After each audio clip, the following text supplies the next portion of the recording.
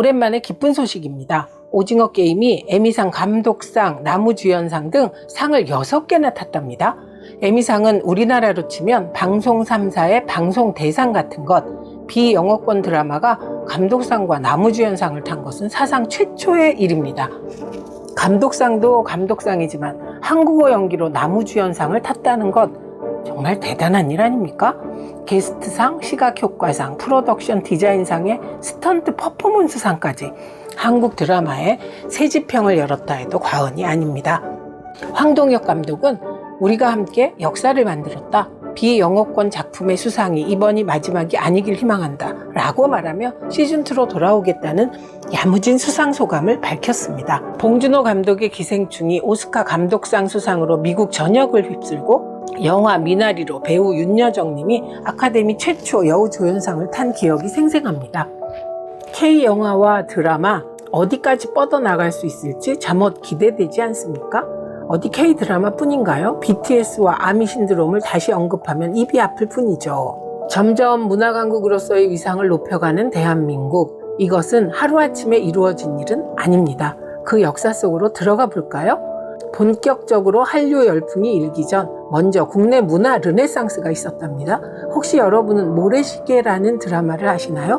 모래시계를 보려고 다들 집으로 귀가한다고 해서 귀가시계라는 애칭이 붙을 정도로 전 국민적 사랑을 받았죠. 1995년 1월 9일부터 그해 2월 16일까지 방영된 이 드라마 시청률은 무려 64.5%. 1970년부터 1990년 박정희 군부 독재, 12.12 군부 쿠데타와 광주 항쟁 등 격변의 한국 현대사 속 주인공들의 역경을 그린 작품입니다. 이 드라마 성공 비결은 파격적 소재입니다. 민주화 운동과 광주 항쟁 등의 정치적 소재를 과감하게 다뤘거든요. 전두환 정권 때는 말할 필요도 없고 노태우 정권 때도 다룰 수 없었던 정치적 소재가 가능했던 건 김영삼 문민정부가 들어섰기 때문입니다. 김영삼 대통령이 비록 신한국당 후보로 대통령에 당선되긴 했지만 평생을 민주화 운동에 헌신했던 정치인임은 분명합니다. 김영삼 대통령 시절부터 대중문화예술의 소재의 제약이 사라지기 시작합니다.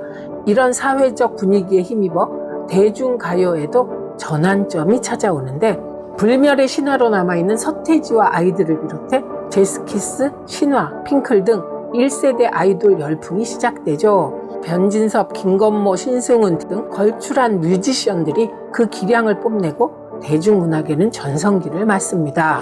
1997년부터 정부는 문화 수출 정책을 세웁니다. K드라마가 아시아 각국에 수출되고 이른바 한류 열풍이 시작됩니다. 윤사마 이야기를 빼놓을 수 없는데요. 2002년 드라마 겨울연가가 일본 NHK를 통해 방영 선풍적 인기를 끌며 일본에서도 한류 열풍이 거세게입니다. 이 배경에는 문화 정책에 대한 DJ의 강한 신념이 있습니다. 1997년 집권한 DJ는 지원하되 간섭하지 않는다는 문화 정책 대원칙으로 문화예술계의 자유의 바람이 일게 하죠. 노무현 정부는 문화산업 강국을 국가 핵심 과제 중 하나로 선정, K 컨텐츠를 국가 차원에서 키우게 됩니다. 그리고 정권이 바뀌는데 문화 융성을 내세우며 출범한 박근혜 정부가 실상은 문화계 블랙리스트를 만들어 대중예술계를 옥죄었고 그 영향으로 한류 열풍이 살짝 주춤하게 되죠. 21세기에도 한류 열풍은 계속 이어질 전망이고 대중문화예술계는 충분히 준비되어 있습니다. 하지만 윤석열 정부가 걱정입니다. 철저히 검사 권력 중심으로 돌아가는 현 정부, 관료 중심의 고리타분한 문화정책으로 회귀할 우려가 크다는 것이 전문가들의 의견입니다. 방심이 고발을 시작으로 방송 장악을 본격화한 윤석열 정부, 설마 이명박근혜식의 은근한 대중문화 탄압이 재현되진 않겠죠? 정부는 뻗어나가는 한류 산업에 더욱 탄력을 가하고 대중문화예술인들이 꿈을 펼칠 수 있는 기반을 닦아주어야 마땅합니다. 앞으로 우리나라 문화예술의 위상이 전 세계로 더 뻗어나가기를 바랍니다. 정치와 정부가 걸림돌이 돼서는 안 되겠죠? 최민희였습니다.